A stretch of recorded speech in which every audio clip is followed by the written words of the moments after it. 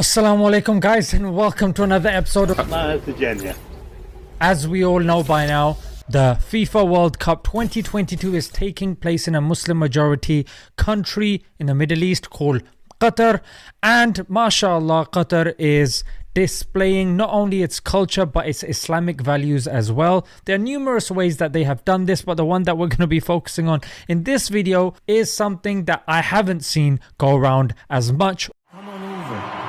I'm not sure. Am I welcome? We sent out the call because everyone is welcome. This is an invitation to the whole world. Instead of seeing another way, we dismissed it and demanded our own way. How can so many countries, languages, and cultures come together if only one way is accepted? يا أيها الناس إنا خلقناكم من ذكر وأنثى وجعلناكم شعوبا وقبائل لتعارفوا إن أكرمكم عند الله أتقاكم. We were raised to believe that we were scattered on this earth as nations and tribes, so we could learn from each other and find beauty in our differences. I can see it. What unites us here in this moment is so much greater than what divides us. I thought that was fantastic how they've incorporated a verse of the Qur'an in such a relevant way, using a relevant personality, Morgan Freeman, who's a famous Hollywood actor. The solution is not for everybody to agree on one thing. Yeah, like the four madhahib. They are described as four streams that go into the same river.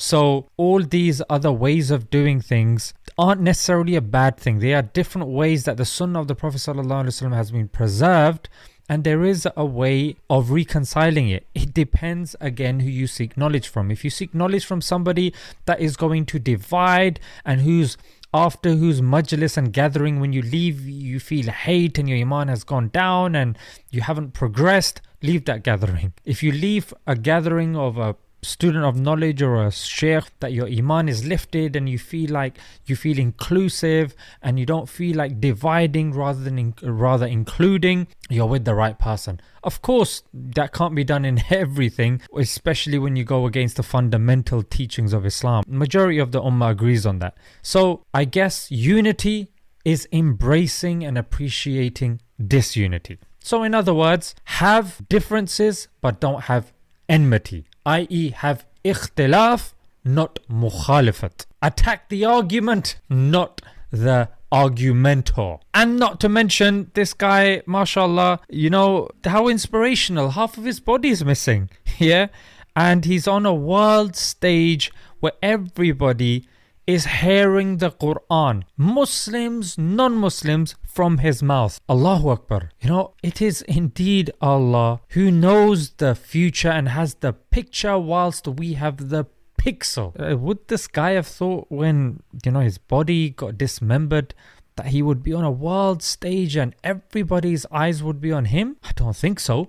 I mean, Qatar only found out that, you know, they would be hosting the World Cup. So subhanallah, it's an inspiration for us as well that when we go through hardships. I was watching another YouTuber as well. I don't want to give his name away because it's not the greatest of people, but he was saying that he failed his exam at a major university, but at that time obviously he was frustrated. However, that was the best thing that happened to him because he was able to become a massive YouTuber. So trust. Look, trust in Allah.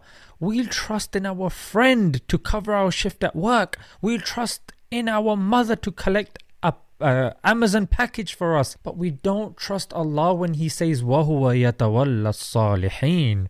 Indeed, Allah is the guardian of the righteous. Subhanallah. Trust. Just believe in the one who deserves it, the most kind, the most merciful, the most powerful. He has knowledge of the ghaib, the unseen.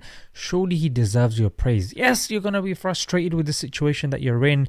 Yes, you're allowed to be sad and frustrated, but ultimately He is the one that deserves trust. Somehow we've indoctrinated ourselves into thinking, no, the control is with us. We like to control every situation, but you can't control death. You can't control a heartbreak. You can't control when a person goes above 16, 18.